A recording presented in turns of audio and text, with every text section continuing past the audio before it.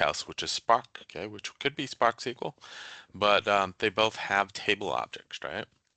So uh, if anyone knows, can anyone tell me the two main ways to create models for like a warehouse back in the day? It's published back in 1996, these two guys came out, and there's two different ways or ideas to do it. And one guy actually came to his models known everywhere versus the other guy kind of faded in the background. Kimball and Inmon. You got it. Exactly. And so that it's very, very important, okay? Because I'll show you right here. This is the real world, right? Most people are doing Kimball. If you're doing Power BI, right, and you're doing a semantic model, you need Kimball. You need that start, right? And then, well, you just take a warehouse and you have related tables. Okay, that's great. But guess what? They don't go as fast because you didn't rekey them. If you rekey them with surrogate keys, they'll go fast, okay? So I just wanted to bring it up. That's the whole basis for this.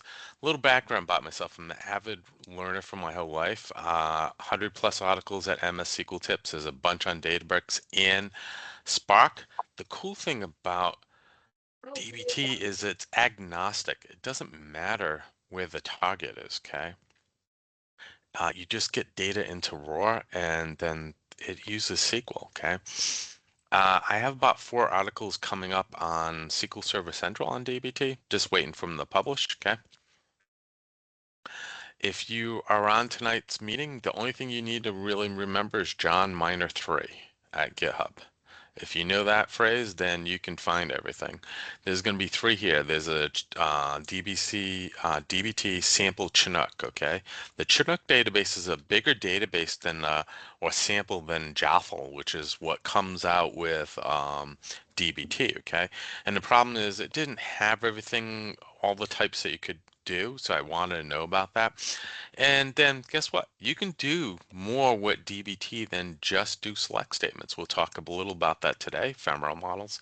And what I was trying to get to show you tonight was Python models. If we have enough time, I'll show you how to do it in Databricks. It will not work in Fabric because right now it's not allowing me to install the libraries for map into the environment. I do not know why, so I have to open up a bug with Microsoft. Okay, so this is the workspace we're going to be working with. Okay, so this is the environment I was trying to get working with maps. It doesn't work. We have a lake house and we have a warehouse. Okay, so if we look at the warehouse, and this is what I was cleaning up before, we have no schemas, no nothing there. If you know anything about Fabric, right? How is Fabric organized? It's organized by workspace. Okay, so you have a tenant, and this is the tenant I'm in. And if we look, we can see that I made a workspace for a Toronto user group. Okay, cool. And I have 2 objects. I have a lakehouse object. I have a warehouse object. I have a notebooks and I have the environment. Okay, so we're going to focus on the first 3 examples on the warehouse. Okay, and I'll bring that back up and then we're going to pop right into here and talk about the presentation. Do some homework and then we'll do some demos. Okay.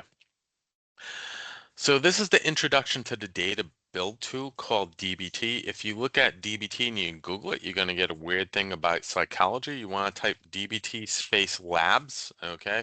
And that'll bring up the correct link, okay? What is DBT? It's 2 things. It's either a managed service, and they do offer it, and Microsoft is coming out with a competing service, and that's why I wanted to, promote this as well as more document what they're doing because I'd like to see them put a good product out there, okay? Again, my name's John Miner. I'm an MVP and data architect at Insight. So if you need to get to me, there's my email address and you can link in with me if you like the presentation and you want to see what I'm up to, okay? So agenda, we're going to talk about some background, right? I already talked about data modeling, right? And there's 2 types. We want to do Kimball. Okay, we'll talk about how to configure VS Code. Okay, so most people are downloading VS Code. How do you do this? Well, DBT is basically a Python framework. Okay, so you need Python. Okay, and you also need to have the right adapters. We'll talk about materializing data. This is when you take stuff that's existing in the warehouse and you move it through the medallion zones, right? So, and we'll talk about data quality also. But interesting thing, most people are like, oh, isn't DBT ELT? And the answer is no. DBT is just basically T. It's there for the transformation. So for you to get data into the warehouse, that's someone else's responsibility. Now, a lot of companies are use a product like Fivetran, HVR. There's a bunch of them that are very simple, like, hey, read the log, find changes, and dump it into a raw table. Once the data is into the warehouse, you can use DBT to model it. Okay, my friend's working for oil and gas industry company. They're using DBT with Snowflake. They have 150 terabytes of data, and it works really well. Last but not least, we're going to talk about after data quality. One of the things that most people forget, hey, how do you produce documentation? Because it's really important, right? To document what you did for business owners, for yourself to know what's going on. Okay. So the background. There's a concept that, you know, DBT is an open source tool that helps engineers transform. Again, it's transform. It's not load. It's not extract. It's transform their existing data in their warehouses. So you have to use something else to get it there. The framework's written in Python, so you have to have Python installed. I have Conda Python Anaconda version installed. And you can do stuff with SQL scripts and or YAML files. There's also Python scripts. We'll talk about that at the very end if we have time. It was the bonus demo that I was going to show. Target platforms. This is where the power comes, okay? I can write a data build tool project, okay, and do all my work in SQL. And then my manager tomorrow says, guess what? We want to redo this in Postgres because it's cheaper, right? The only thing I have to do is I have to just get the data over there once. And once it's in those raw tables, guess what? DBT can rebuild everything for you, okay? And that's where the power definitely comes in. Okay, so let's talk about requirements, right? We need VS Code, so we can download that. We want to install the Python language version 3.7 or above. Okay, we pip install dbt core. That's the core one, right? That's what everyone has to happen. And we also want to pip install the adapter, okay? And what do I mean by the adapter? Well, stuff that's very specific to the relational database and or platform, okay? So DBT will work against Databricks SQL, okay, which behind the scenes is basically a Spark engine, right? It will work against Fabric Warehouse. That's what we're going to talk about today. And again, behind the scenes, the you know behind it is not a relational database engine, but it's built on Python files, right? So it will basically deploy anywhere. But the main thing is that once you install that adapter, it uses ODBC to get to where it needs to do the work. Okay, so again, Visual Studio Code, Python, and ODBC. Okay, and let's talk about the library schema, and then we'll actually do our first example. So when I did this, I wanted something to generate some tables, some table data, right? And so if you're not using AI yet, okay, to do that, then you should really be using, GitHub Copilot. It's very popular out there. I think it's between a 10 or 20 bucks a month. It's nominal cost, and you can ask it cool things, and it will create you stuff that's just crazy good, right? So I'm going to stop sharing, and let's talk about how I got some sample data, okay? So I'm going to escape this. Come on, get out of there. Okay, so this is my Visual Studio, and I'm in a project right now, but let's see if I can copy over the other one I want to show you, which might be down. Been doing a lot of work with this. Is it? Yeah, this is it. So let's copy this guy over, and then I'll show you. Copy, and I'll make a new package for this. This will be all fabric stuff. Cool. Okay, so let's change it and let's talk about how I did this and cool things you can do with, DBT, right? Or agentic AI. They're all cool things, right? All new stuff. So if we go to data and hit open, Okay, I want to hit project folder, please. There we go. Okay, so now I just changed my directory. That's it. I have a Python compiler installed, right? So again, that was one of the requirements. We can actually tell if that's there by just doing a Python. Oh, not seeing it? Then that is a problem. Thank you for asking. Let's share again. Awesome. Apologize for that. I will go back. So basically, I copied over a directory called data, and this is the sample data, okay? And what I want to show you is, some really cool stuff you can do nowadays, right? So what I did is, if you haven't done any Copilot yet, right?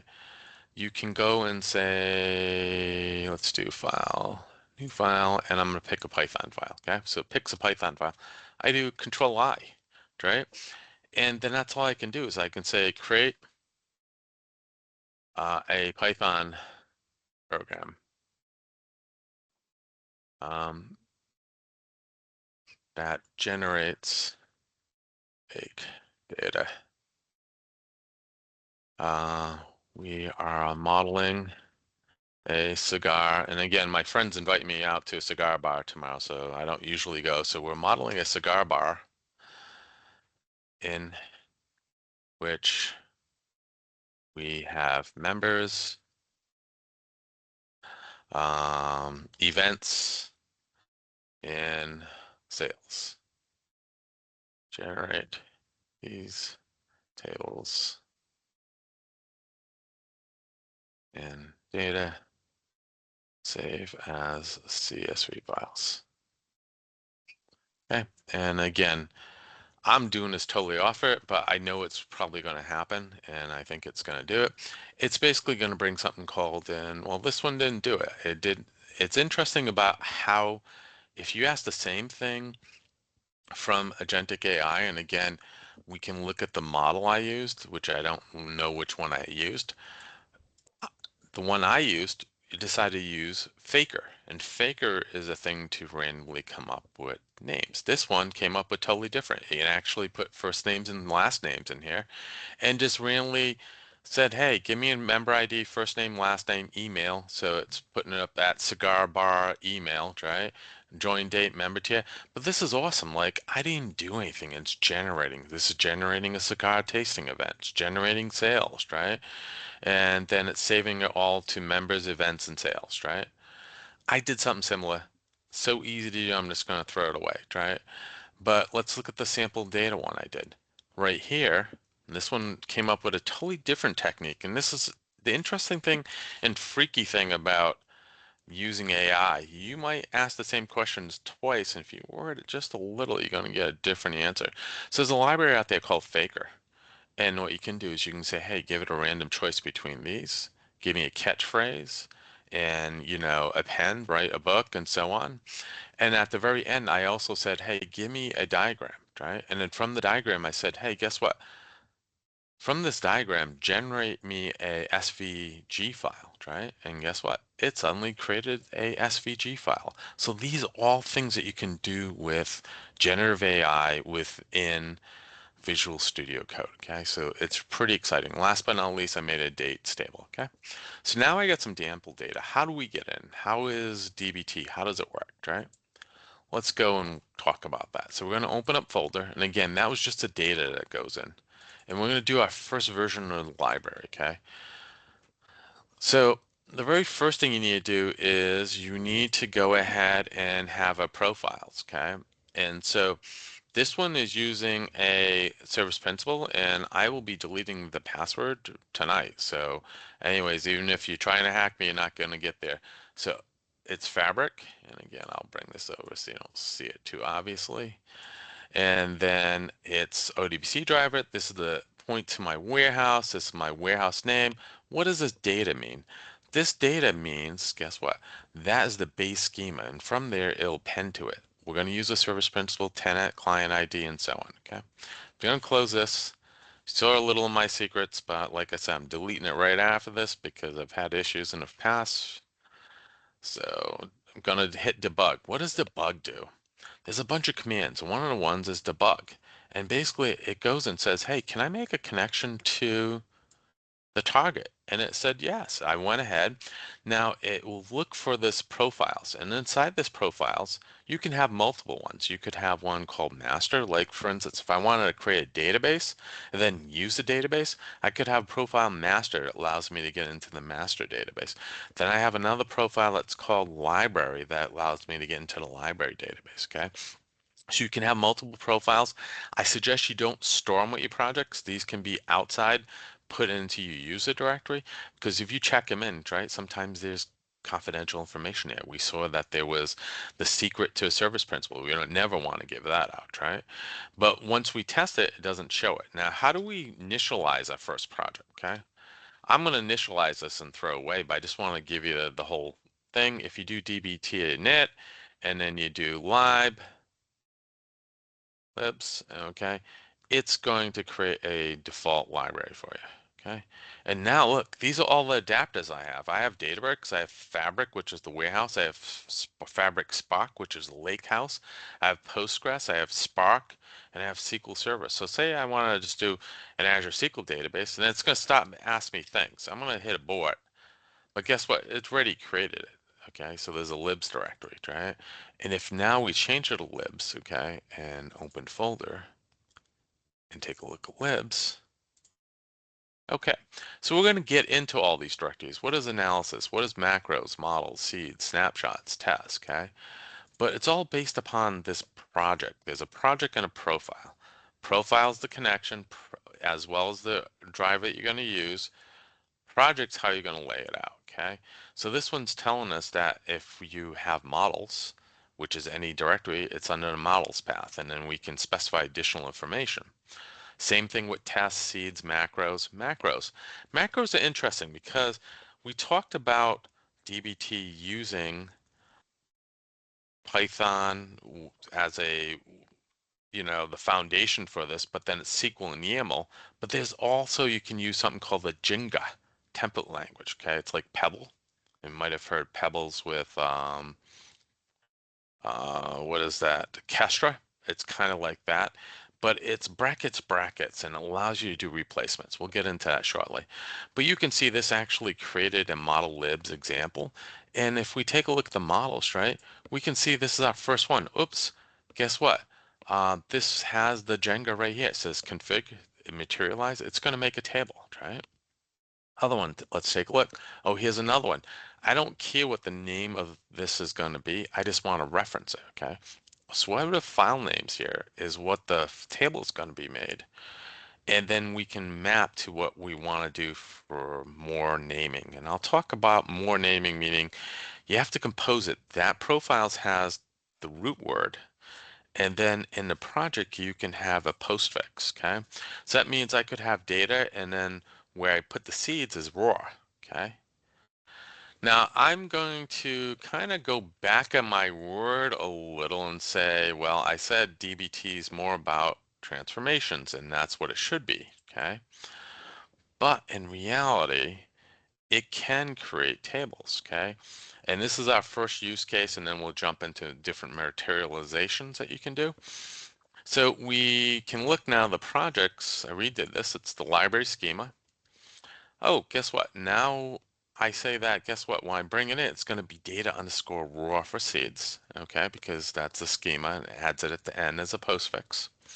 Snapshots. Well, this is for Fabric, so this doesn't really count. This was for basically, again, I was using it in Azure SQL, so there's no such thing as column storage, right? So you don't need that. So we have schema as snapshot, right? And then we have stage and we have material as a view. And then as column store, we don't need that here, right? At most, we could say delta, but we'll just say view within table, okay? And actually, because it's the warehouse, we're not doing the lake house, this will work, okay? So again, very first step, dbt init to create it. Once you start building on the first project, then you do dbt debug. That's going to tell you if you can get in. You can select the profile, okay? And the cool thing about this is we're going to talk about a DAG, right? This is based upon a DAG. And so it's very important to have the file names be unique. Now, I came up with the idea of just putting numbers at it. So if it's seeds, it's level 1, and the next level, maybe I have stage and snapshot as level 2, and then maybe I'm doing some cleanup, it's level 3, and then finally I got my dim in fact, which is that. It just gives you a unique name. Why do you need a unique name? Because there's several ways to run commands. The very first way to run command is to do run, and I can do s and then give it the whole directory. So I could say, hey, run seeds. Now the problem is seeds is its own command, right? So I could do seeds, and I can pick that out. I can actually select a particular file. So I could do seeds and just books 01. Okay, so let's run that. And this is why it has a DAG and it knows how to do it. So DBT, and I think it's seed, not seeds. Okay, what is a seed? It's used for loading sample data or for loading basically your dimensional model, something that's small that will not change, okay? So now we're gonna go back to here, gonna hit refresh. And if this worked correctly, we have raw data. And if we look at tables, hit refresh. And again, this is all slow because of just the way the warehouse is. There should be 25 rows. And if we look, there's 25 rows. Awesome. So like I said, there's certain ways, many different ways to do things in DBT, right? So I did it one way, loading it. Now I could continue and say, oh yeah, I want to type loans 1 and members. Or another way is I can say, guess what? I want to seed with nothing. It's going to run them all. Or I could seed with um, another selection. I'm just going to seed and run them all. What is it going to do? It's going to drop and rebuild those tables. Now, this is really important, and I'm going to stop presenting for a second. Everyone's doing agentic AI, correct? No? Yeah, that's correct. That's true. Okay, so what two things do you need to know? You need to know what your data is. So, hey, this is why companies I work with have a mess of a landscape. It's really important to start doing this. Hey, we got a raw level. We have staging, right? We have post staging or whatever you want to call the medallion layers, right? And then we finally have March, right? Second thing it's really important is to actually put descriptions on them, right? Because unless you don't put descriptions on them, you're going to have to use other files to get it, like maybe a metadata file to give to like a data agent to supply that information. It's better to put it in a model. Here's the problem, and again, this is another bug I'm going to log. I know it's out there. In a Fabric warehouse, you cannot put comments. And you can't do extended properties. You can do it in Azure SQL, but you can't do it in there. So let's go back and take a look at the demo again. So we just published it. If there was any errors, they would show here, okay? I want to show you something really important too. There's something called the DBT log, right? I'm going to delete this. I'm going to rerun this again. Okay. And while that's running, we can take a quick look at it. Maybe this will be messed up, but let's just hit refresh.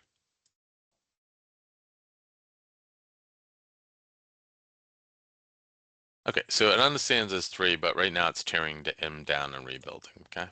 So that was pretty quick.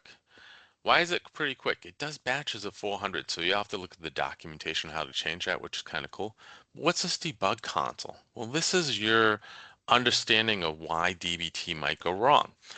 Just remember, because DBT is a tool that you can do, SQL clauses in it, right? It's sometimes like working with dates. Dates are different between different things. So unless you write a macro that takes advantage or is cognizant of, hey, it's Snowflake, I need to do a concat this way versus it's SQL, I need to do a concat this way. If you're trying to make a project that is multi-deployment to multiple target systems, you have to keep that in. Ooh, that is weird. Let's stop sharing for a second. My Visual Studio went out to lunch. Yep, it sure did. Okay, I'll have to do it again. The So, new build is a little prone to crashing. Yeah, I don't know if it's a noon build or not, but hey, I was like, hey, I'm not used to that. And so we can look and see everything that's going on there. You can see all the details. Like it ran with the library. This is my endpoint to my warehouse, right? So it's your SQL Analytic endpoint. What database? Am I using pool? Is a SQL trace? It's off. Authentication, I'm using Active Directory principal. With the user ID, this is my GUID, so it doesn't show the password and all that fun stuff. So this is very important when things break because you'll want to go in here and see it. It also shows you, hey, guess what? It's doing batching, but it's doing inserts using ODBC insert, right? See the values there? And we can go down and any errors will show up in the DBT log. So that is a very important point to take away, okay? So I'm going to stop sharing. That's your first introduction to the tool, okay? We're going to learn more though. I just showed you one thing, hey, how to create a project and how to seed it, okay? Okay, I'm going to share again. And I also talked about agentic AI. If you're not using it, take a look, please, because you'll be left behind. The revolution is on. Hide the present of you. Okay, here we go. If someone can turn off the mute like a presenter, awesome, thank you. So source and target, okay? So we could use Azure SQL Database, okay, and we can initialize DBT project and use seed, and that's what we did. But I changed it in this demo. Last time I did it was for Azure SQL. This time I'm doing it with Fabric. I could do it for Databricks. It's the same project, okay? It's awesome. Let's go on to the next one. Command lines. I showed you two commands. I showed you a seed and a run. Some other things we're going to talk about is snapshots. What are snapshots? If I said SCD2, what does that mean? And it's an acronym. Anyone still awake? SCD2 is slowly changing dimensions type 2, right? So what's the difference between that and type 1? Type 1 is no history, type 2 is with history. So it's called effective dating. So we really want those. Those are awesome, right? There's something I haven't even played around with. Maybe I'll write in the future. It's freshness. We could say, hey, if the data is not within X number of days, we can complain, right? When it runs, say, hey, it's out of date, right? We need to rerun it again. Compiling is compiling with actually not deploying the objects. Building is a full build, okay, and uses that DAG to figure out the order in which it. And guess what? There's docs generation. That's awesome. It generates documents, right? And that's really important, right? What else we have? Materializing data. We're going to talk about 6 different types of ways to do it. We can make a table. We already saw that, right? We did seeds, right? That made a table. We can do a view. We can do incremental. We can do ephemeral. We can do materialized. Well, not supported for Azure, okay, SQL database. However, it's supported for Azure Warehouse, so I'll show you how to do that. And we'll do snapshot, slowly changing dimension type 2, okay? So I just gave you 6 different objects that we can deploy, okay? So what we're going to do now is we're going to go to version 2 of the project. Always when you get into a project, first thing is you need a terminal window because again, this is all command line stuff. If you do stuff from the cloud, there is a tool that DBT Labs has a source, you know, a service in the cloud. Microsoft's coming up with something called DBT Jobs. It's going to be a service. So there'll be a way to schedule these on a schedule to run them. You can run pieces of it. So a lot of times my friend who works for oil company, and what they have is they have a set of Kubernetes containers, right? And they use an AWS onto Glue, and onto Snowflakes. And what they sometimes do is use Castro and maybe run a Glue job to get the data into raw. And once it's in raw, then guess what? They run the DBT job to run it from the raw tables all the way through, okay? So in this one, I've made it a little more bigger, okay? And we can see now that there's 4 different seats, right? We got members, loans, dates, and books, okay? So now what we're going to do is we're going to do CLS, okay? And we're going to do DBT, and always the same things. You always want to check to make sure, guess what, your connection works, right? Because it might have disconnected. And especially a lot of these web services, highly likely it might disconnect, right? Now, I could manually just run and delete all the tables, but I'm not going to do that. We'll just run this again. And this one we have 1, 2, 3, 4 books, okay? So I'm going to do DBT, right? And what we want to do is seed. And that's it. And once this is done, we should have one more new table.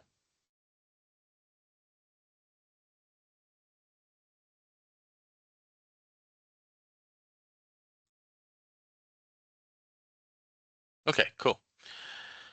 So now if we take a look at this, we can hit refresh.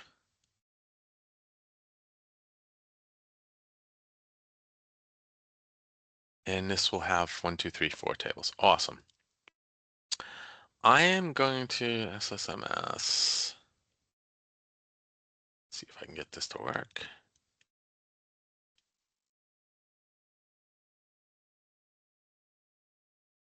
Okay, so now what I need to do, I'm gonna stop sharing for a second because I don't want to keep on showing you that secret file. Even though I'm gonna delete it after this. So I need to grab the SQL endpoint, okay? And what I want to do is I want to use Microsoft Entra password. And what I'm going to do is I'm going to take the user ID and secret from the client, right? And for the service principal, and hopefully it allows me in. If it does, I will show you. If not, we'll do it through the GUI. But I just want to show you that these cool things are a lot of tools that you've used still work. Come on. Unsupported type. So student manage identity connect.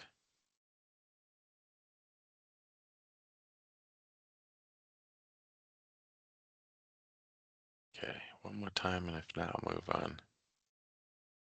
It's not MFA, it's a service principal. That's why. I picked the wrong one. Dope. Edit. Copy. Okay, so I'm going to paste this in. Correct. Oh, yeah, we're cooking with gas now. Awesome. Sorry about the little delay. I had to go get the username and password and plug it in, of course. And now, guess what? I can look at both SQL and endpoints. I have a lakehouse, and we're working on the warehouse, right? So we get tables. Okay, and we got these 4 raw bugs, okay? So let's look at what I have here. So,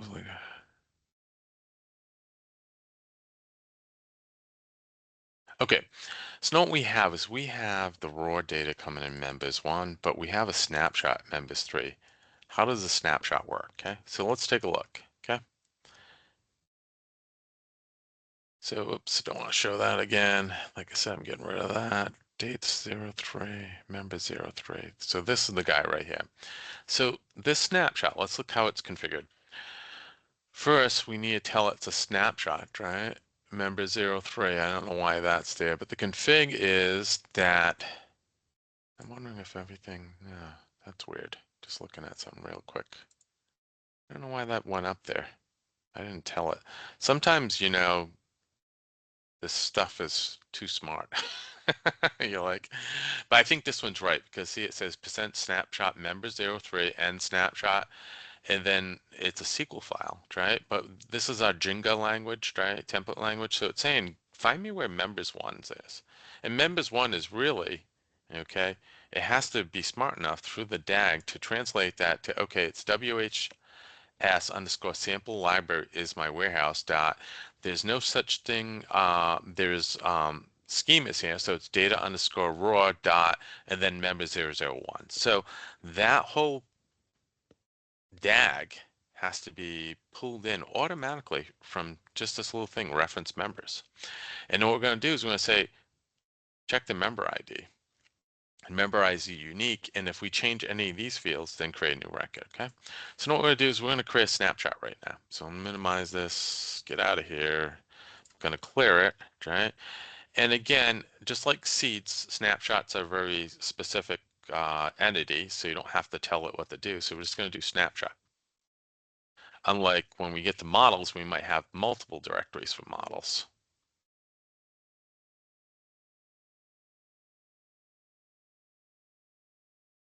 So at this point, it's going to run a snapshot. And now, one of the things you have with snapshots, right? Okay, refresh. Okay, members 3 is select. We have some new columns here. First and foremost, it created a surrogate key for each one of these. Then it's doing something called effective date. So it's saying everything's effective, meaning it's valid. And that when's the last time it updated. Now, if I make a change, it's going to end date this, it's called end dating, and create a new record that's opened, okay? And that's effective dating. Because this, for instance, say I was at Insight and I joined as an architect 1, okay? Maybe that was valid from 2017 to 2019. That's the period, effective dating, of when that title was. Say I get promoted to architect 2. Well, from say 2019 to 2022, that's again another effective dating. So that's how it's working, okay? So what we want to do is the reason why I wanted the SQL input is I just want to make a change here with using a tool that you might be familiar with, right? So we're going to run these 3, copy them over into SSMS, running against the lake house, the warehouse, right? And we're going to say, hey, it's expired, right? Okay, so what we're going to do is now we're going to update it and say this person's active, okay? Now, will that make a change to this? And the answer is no, because we haven't run the process yet, right? You have to run the DBT process to capture the effective dating. So we're going to run a snapshot.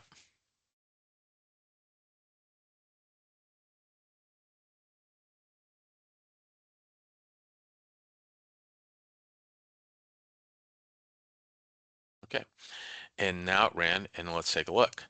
And now we execute it, and guess what? We have 2 records. So that's effective dating. First record's expired from this person to this person that was arraigned and now active, okay? Let's look at the next example. Next example is test incremental load, okay? So let's see where the incremental load is. Which one is that? Is it date 02? Okay, date 02. So let's go through each one of these. Stage books 2. And again, I'm trying to show you all these. This is going to create a table in the staging schema. It's based off select star. Okay, nothing big. Date 02, it's materialized, it's incremental. So it's going to say, get me the max ID, and as you can either do it by ID that's increasing, or you can do it by date. And we're the max ID from this table, okay, date 02, compared to date 01. So if get me anything from date 01 where the ID is greater than the max of 02. So that means only new IDs, right? Dates 03. Well, this is a ephemeral table, and we'll talk about that in a minute. This one is a view. Member 01 is select from members, right, for 02, and it's just a view. And this is a materialized view. So we're going to create a materialized view.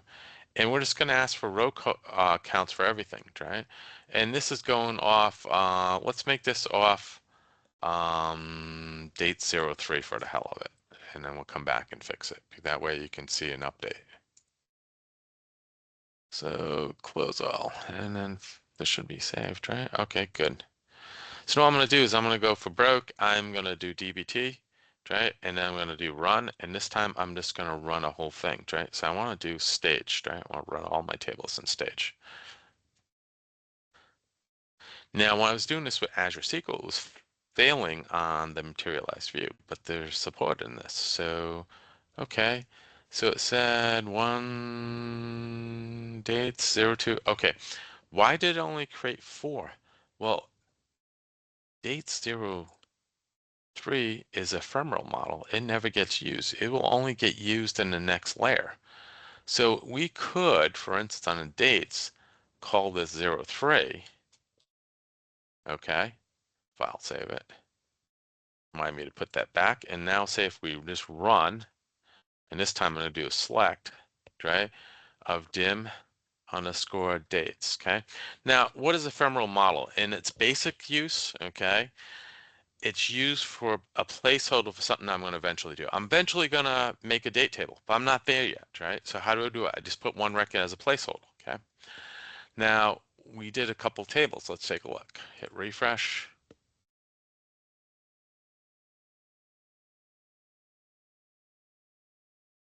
Okay, so first let's look at the dates. Dates should be bringing 1,000 rows in, right? Plus, it's like 10 years, 1,500 rows, or 3 years or something. Guess what? It only brought one row in. Why did it do that? It's because it's using that ephemeral model. It's a placeholder, okay? Second thing is, what was I doing? The incremental, which one was that? It's not it. Incremental. Oh yeah, so it's date 01. So I want to show you date 01, right? So in 0 versus date 02. So date 02, we talked about this one, right? So this one, if we select it,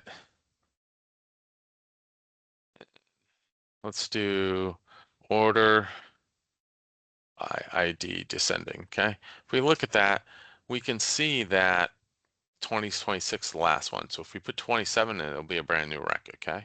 We created a view. Which one was that? It's gonna hit refresh. Oh, so we have two views. We have a materialized view and we have a members view. So the members view, again, if we script it, oops, come on, script view, create two, this one. This is just going to say select star from the previous table, which would be members 01, right? So it's nothing groundbreaking. It's interesting that it's trying to use syntax that is anti-standard. Instead of brackets, it's using double quotes, okay? This one, we can actually look at it, right? So if we select 1,000 rows, this is going to give us that one. I said, whoops, I made a mistake. Oh, it's a one there, right? So let's fix that. Go back to here, change this to row counts. Let's change this to dates two. Or is there dates two? Yeah, there is a dates two. File, save. And now let's run just that one. So we're going to do this. And that is dates 02. Gonna run this. And now if we look at that, not that guy. No, this guy. Execute. And did it run yet? Did I mess it up? Maybe not. Okay, this one said date 02, and date 02 is incremental select. So yeah, it didn't execute this yet. Okay. And I'm wondering if there's something extra that has to be done. So let me delete this and then rebuild it from scratch. And if so, it's another bug that with the warehouse they have to look into or water issue. Okay, so let me try running this one more time. So just get rid of it. Oh, actually, I'm an idiot. Sorry about that. I'm running the dates because I was thinking dates, but I'm doing row counts, right? It's getting late here. Okay, so let's run this. And then we'll build out the mart and we'll finish that last incremental and then we'll go up and talk about some more things. So at this point, what was I trying to show you? I got rid of it though, right? That's what I was trying to show you. It's this guy right here. If I hit refresh, come on, refresh.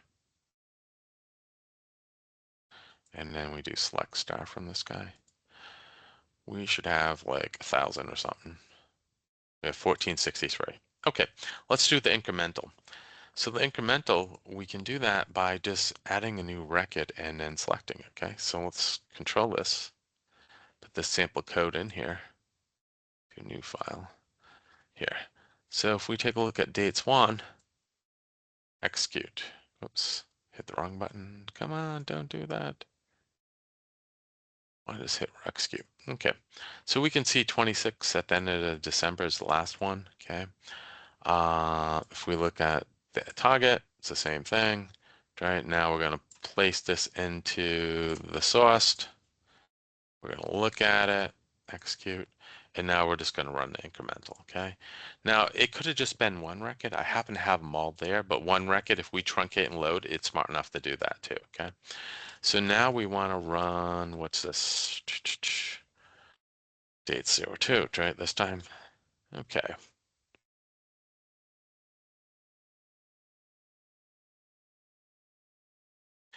Now, so far I showed you simple things like select, but you can do all your data processing. Anything that can be done in SQL can be done in these select statements.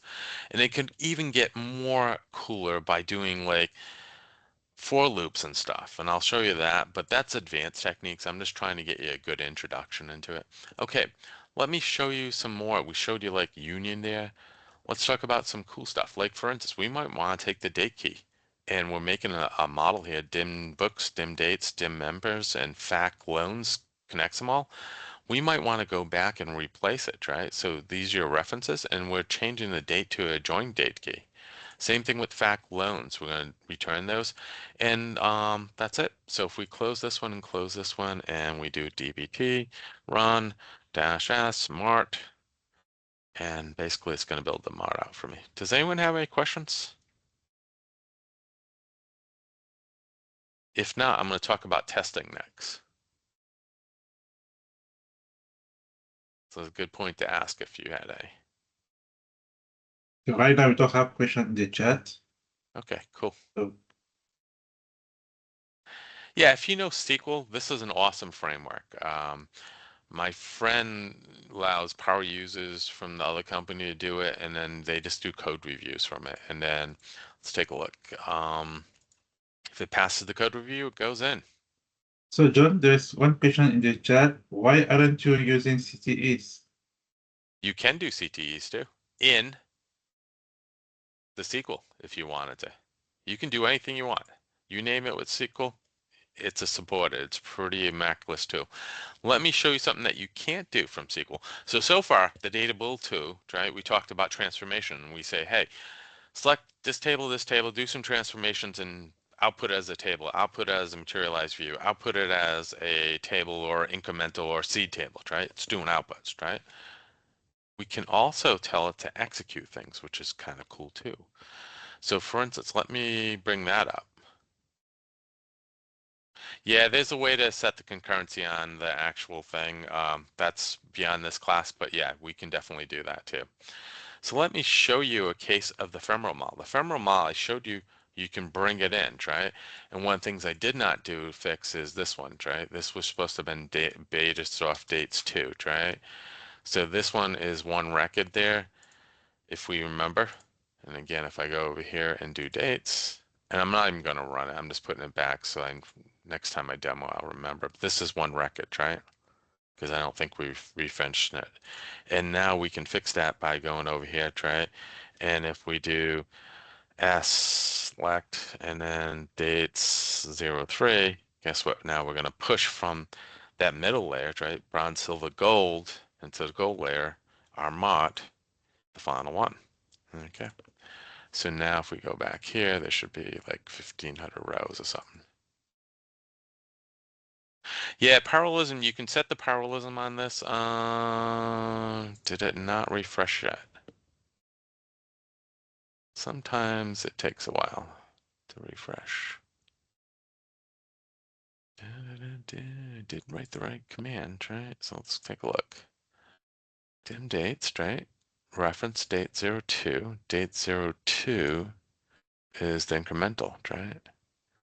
Yeah, so could put date 01 here too, but shouldn't matter. And let's see if this worked. If not, I'm going to move on because Sometimes it's a timing issue. Yeah, it didn't drop it for some reason.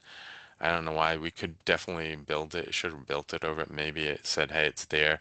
And again, the problem is how the adapter is written. Like DBT is not writing all these adapters. These vendors on the edge are. So someone from Microsoft wrote this adapter. And so the question is, how does it respond to a rebuild, right? It might be all a little different. So now I just dropped it and rebuild it. And guess what? One thing you would say, hey, John, how do you do a drop? Can you do it in DBT? And the answer is yeah. I'm going to show you how you can run any type of SQL against a warehouse. Okay, did it not run? Refresh.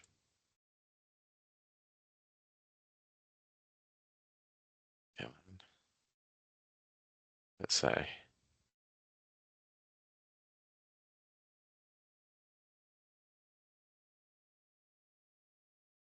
Oh, doing this again. Getting confused between the source and the target. Sorry about that.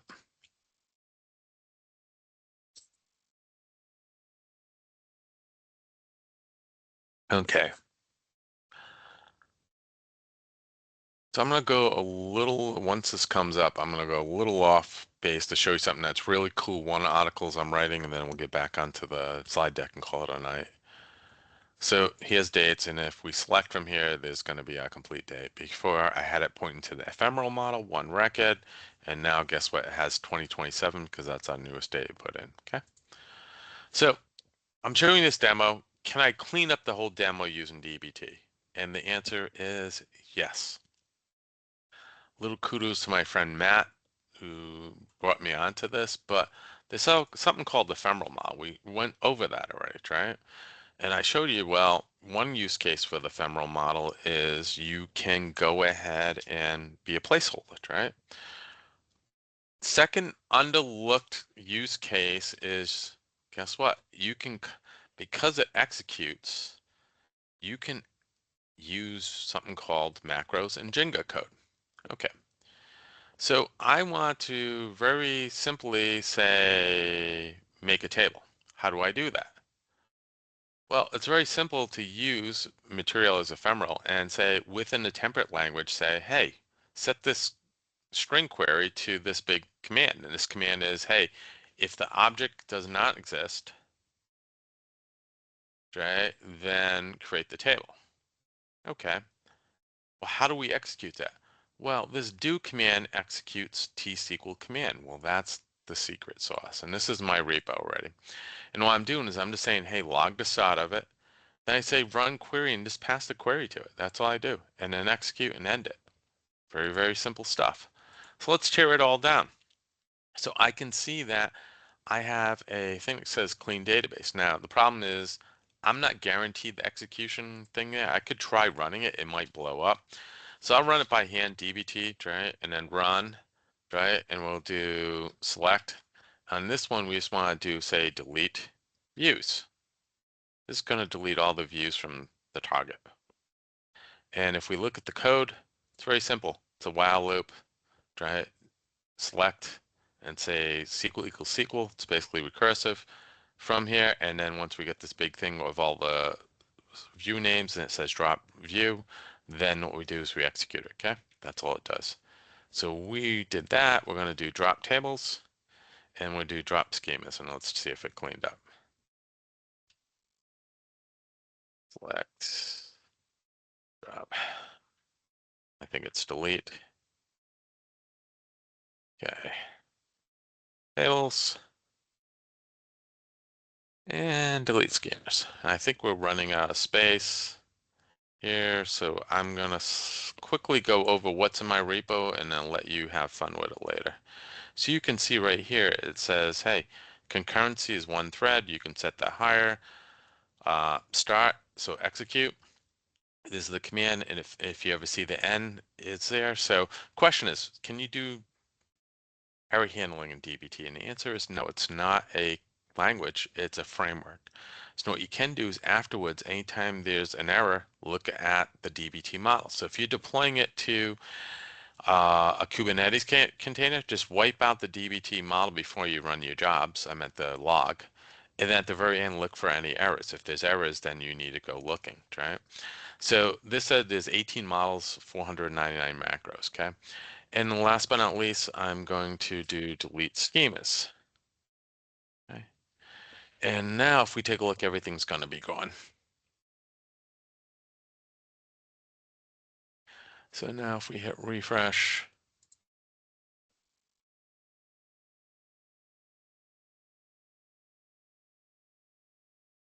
and why did it not, is it not going against the right one? Let me stop looking for a second. Am I in the right project is the question. Profiles, ABC.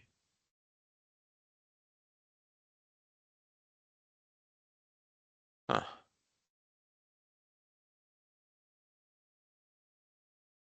Let me look.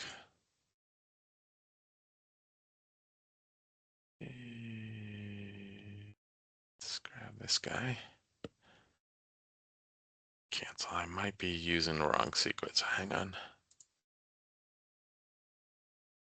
And again, I just threw a bunch of examples in for this talk, so I wanted to make sure I got everything in, but let's go to ephemeral one here and go grab this profile.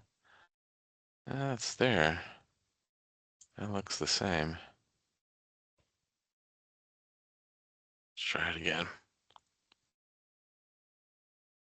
One more time, if not, we'll move on because we're running out of time. Okay, so CLS, so this is the ephemeral model, so CLS, right? And then we should be able to, let's take a look at the log. Let's delete the log. And then let's see if there's an error when I run it. So I'm going to delete tables.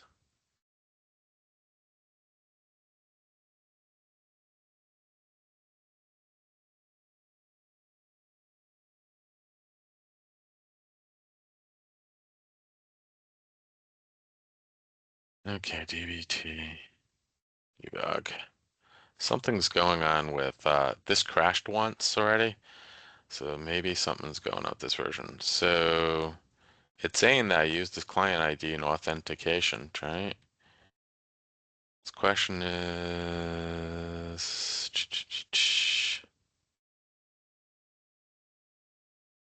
select delete.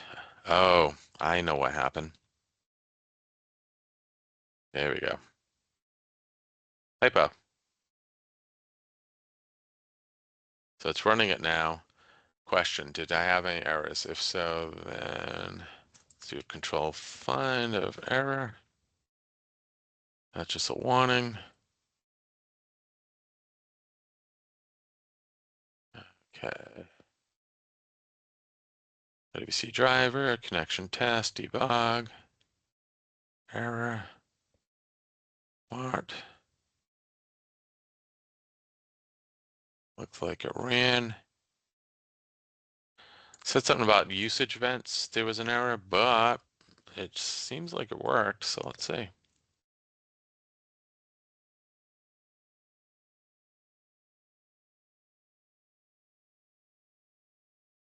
Maybe it just, see, remember sometimes it disconnects? It disconnected. So, okay, that worked. So anyways, this is your home takeaway homework. If you want to look at it, you can make tables, you can make schemas, right? DBMS, notes, no concept of master, but if you're in a SQL database or you're in Postgres, yes, you can go to what is a system database, create another database under one context and then do it. We can also do security, right? For instance, there's no such thing as a logon in Fabric, but we can take existing user and add them like John at CraftyBA to a database role and then sign security at the schema level, right? Everything's done by schemas here, right? Last but not least, like I said, you can do some really cool stuff. This is not supported, unfortunately, in Fabric. And if you like it or want it, please uptick it. There's no way to do comments to the Fabric warehouse right now. For instance, in the past, they don't even use SQL, anti-SQL, like alter table, add comment. You could do extended properties, but this doesn't work. Also, when it comes to the actual columns, right? For agentic AI, we want to put data descriptions on the tables on all the columns at least a minimum, as well as primary keys and foreign keys. I'm using Jingle language here, and see, guess what? We're creating a array. And then what I'm doing is doing a for loop array calling, guess what? This set the variable to extended and then calling the T-SQL. So you can get some really complicated stuff going with it, okay? So let's open up the last project and then we'll finish this up. And actually, I must be doing the wrong one, right? So open folder. There we go. So I want to do library 3, hit select folder, and then go back to the slide deck. Okay, we talked about materializing data, right? Let's maximize this. What else we got to talk about? Testing data. Okay, so there's some tests we can do, okay? And there's two ways to test it. One of the things I didn't talk about is documentation. To do documentation, you have to add either something called schemas or properties, okay? And in there, you can tell the table name and give it description. Again, this is not putting it on the physical table, but document it internally for DBT, okay? Also, you can do data tests like, hey, is it not null? Is it unique? Does it accept values? Is it relationships? Is it custom, okay? So let's take a quick look at that one, right? So in here, this is version 3. Okay, see this target? This is where it compiles everything if you're ever curious. All the models and stuff get here. So one of the things you can do is if you don't want to look at that, you can just say dbt clean, and what it's going to do is it's going to clean up your target for you. So this target directory should go away, which it did, okay? Second thing is we always want to, when we build stuff like this, we always want to test it, right? So we're going to CLS, and what we're going to do is going to do a debug, dbt debug, and then we're just going to do a build because we're running out of time and it'll just do everything. There's going to be some failures and then we'll talk about it, okay? Okay, and at this point, we're going to do a dbt build, okay? So what it's going to do is it's going to bring in all 4 seeds. It's going to create 3 snapshots because books, dates, and members are dimensional, right? It's going to create 1 incremental in stage because that is a fact table. Then it's going to build out our tables here. Now you can see each one of these, right? The schema. This is where you can use ChatGPT or whatever model you like. I use Claude, and you say, hey, here's my create table, give me a YAML file back, and it'll create a YAML file, and guess what? It'll document it. It'll be the first round. If you want to add more, you can.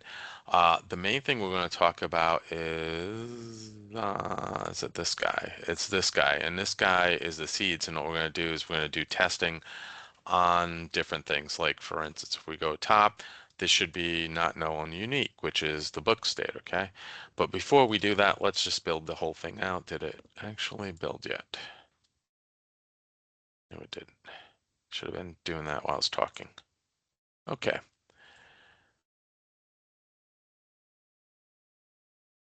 Oops. That's the seed one. Minimize. So right now it's inserting 25 per each one. Dates table is a lot bigger with the 1, right? It's passing it. And everything passed except for, oops, it's failing on one test. What is that? Well, there's a, you can put test, okay, in 2 places. You can put them right into the YAML file on schemas and properties, or you can put it as a separate SQL that runs, okay?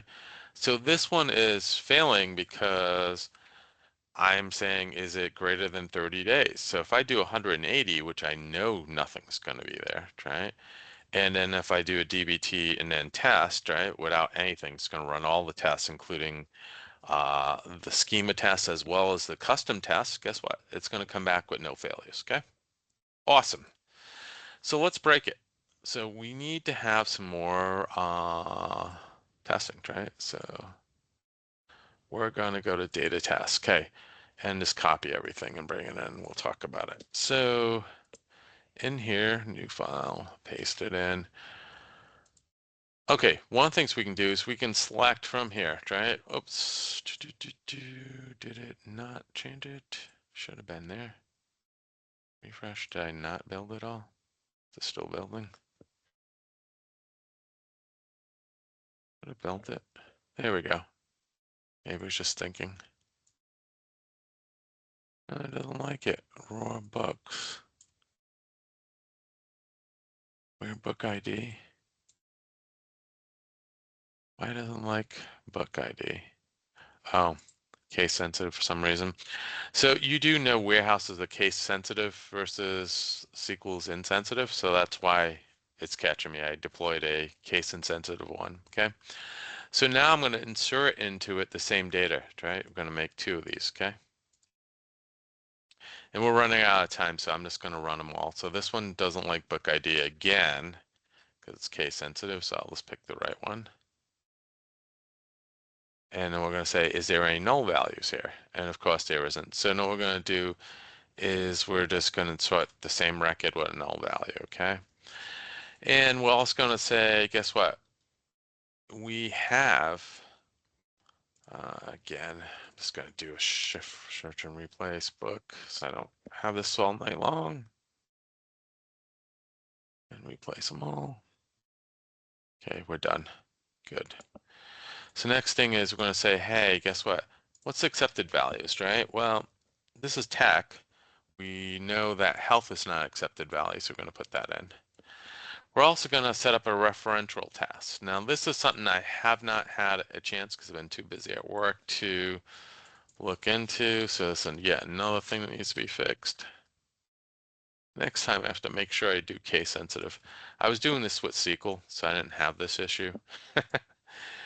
But should done insensitive. So that's it. So we're going to add, see this reference ID, we have book 1. There's no such thing as book 99. Okay. And we'll also look at how many from RAW are basically 30 days overdue. 8. Okay. So we set up all our failure tests, okay? And let's see if they run. So if we do dbt test again,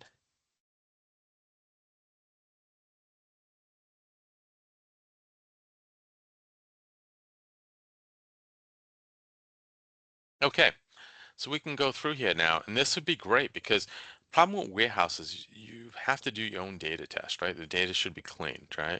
That's not going to go ahead and test those referential integrity, primary and foreign keys. This will help you there, right? So this one says, okay, 3 errors, right? So which error? Accepted values, not null, unique, those all failed. But guess what? The referential integrity didn't work. I don't know why. For some reason, it doesn't work. I don't know why. We can see it looks like it is there, correct. I just haven't had enough time to go back and retest it. So if we go down to loans, what we tried to do is this one right here, data test relationships arguments. 2, it's a reference to book 01, right? Because it's loan 01, books ID, but for some reason it doesn't like that. I don't know, maybe this needs to be curly brackets in here. I don't know. I just haven't had a chance to go back. So now what we're going to do is now we're going to reinstate these two, right? So we have an overdate books and books to loans, right? So now I'm going to say, is it greater than 30? Because we saw there was 8, right? So I'm going to do file, save, and now I'm going to run specific tests. So if I do dbt test, right, and a very specific test I'm going to run is which one? Overdue 30 days. Okay. It should come back and might be need a select there.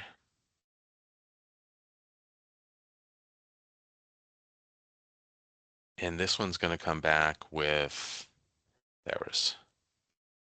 Yep, and it says, oh, it's errors. Got 8 results, so I got the right number. But how do I know what they are? Well, the cool thing about DBT is I can say store failures. Now, this is a very powerful thing, and my friend Matt's company that he works for uses it. This will dump it into a temporary table for you to look at them, okay? Which is awesome. So now I know that not only did I have 8 overdue books that I need to call people up and get them from, I can find out who to call, right? By just copying this in. And guess what? There's our numbers. That is awesome, huh? And last but not least, we can run the integrity, right? So if we do dbt test and then go over here and come back and it's loans to books. and then go there and run this. This will error out, okay?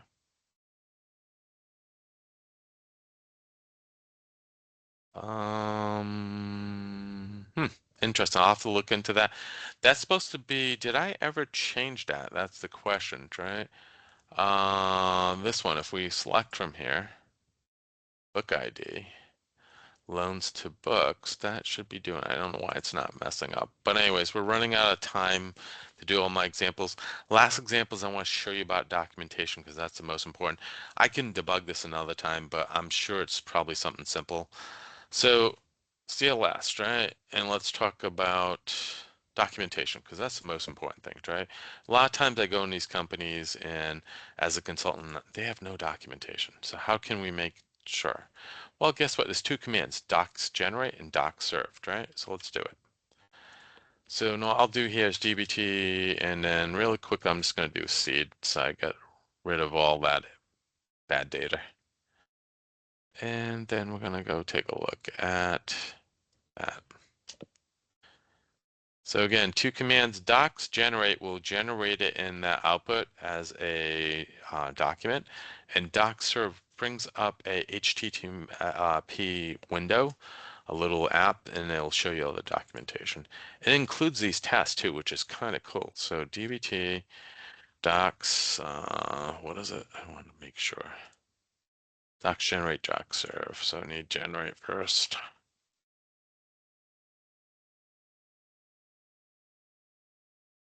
Last but not least, what do Python models use for? Python models only available with technologies such as the Lakehouse or Databricks or BigQuery, also with Snowflake. And what they do is they allow you to do complex processing. So for instance, say I want to score the data with a machine learning model, or say I want to do a lookup using the maps, Azure Maps, right? And that's what I was trying to do. Okay, so we can see it's a library project, and then we go to models. We can see, guess what? There's a dim books model, and we can see all the documentations here. We can see if there's any constraints or data tests. We know that the data tests are only in Siege, right? So we can see, oh, there's a unique, there's a not null, there's also a accepted values test.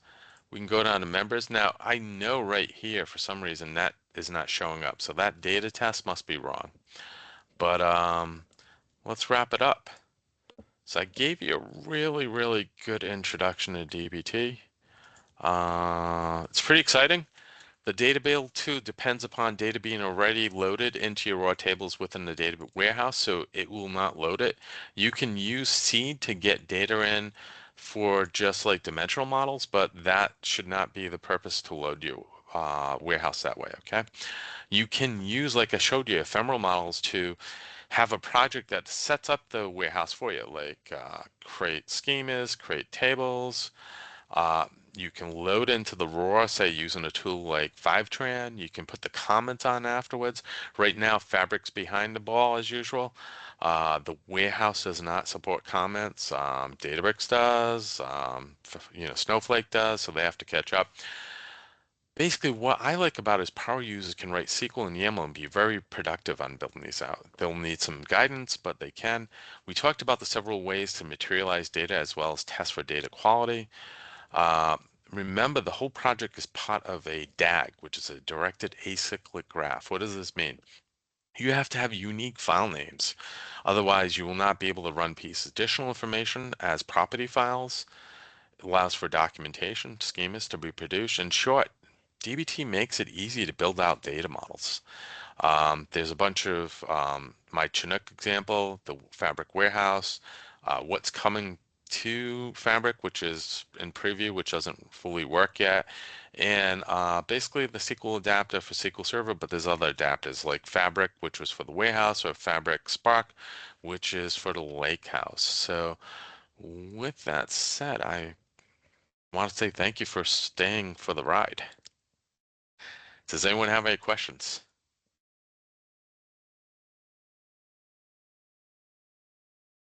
Is the slide deck available for download?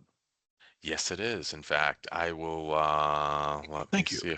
You're welcome. Let me double check. If not, I will get it out there. Any other questions? Johnny, you can share with us, and we generally send with the video and all the content together after the event, so you'll get it. Yep, I will send it to you.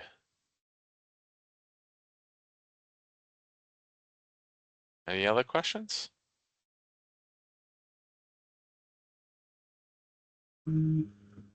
There's one question in the chat. Can you use DBT just to test the output of the SQL without writing anything into the database? Often due to no permission to write in the databases. Okay, so this is all permission based, okay? And now you can remember there's two ways to think about this, right? Is it someone doing data exploration by themselves on a low environment, or is it productionalize it, right?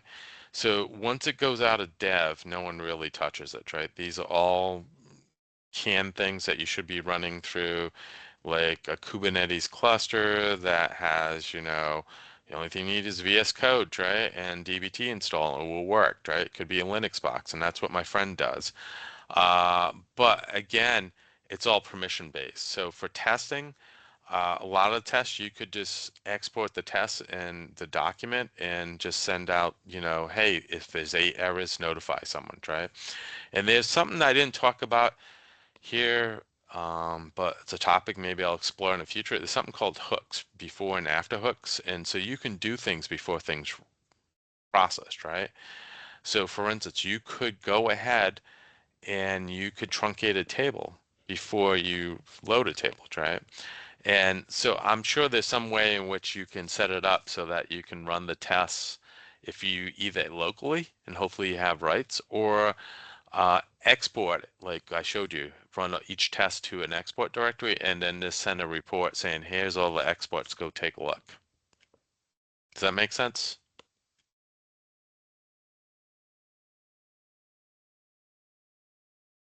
Yes, I don't know if the. Oh yeah, okay. It says yes. It said the thumbs up. Any other question? It's a great tool. Like I said, my friend's working for a company that is managing 150 terabytes of data in Snowflake, and they're running thousands of models. Each file's called a model, and it just works. It's pretty reliable. And guess what? You don't have to learn anything new. So there's only two ways to go faster nowadays. Either let AI do it or use a framework in which you can use all your good skills. Yeah. That was an amazing session, John. Thank you. Well, if there's no other questions, I look forward to the next time that I am in Toronto at a SQL Saturday, and to then, I'll see you soon. Yeah, thank you very much. And there's also a link to the GitHub in the chat. That link we also added to the package that we'll be sending at the after the session. John, thank you very, very much. We're so happy to have you tonight, and we are looking forward to your next presentation with with our community. So thank you everyone who attended to this session. Now, I wish you a good evening, and hopefully we meet next month on March 18th to our next event. Good night, everyone. Good night, everyone. Take care. Thank you. Bye. Good night, John. Good night. Bye.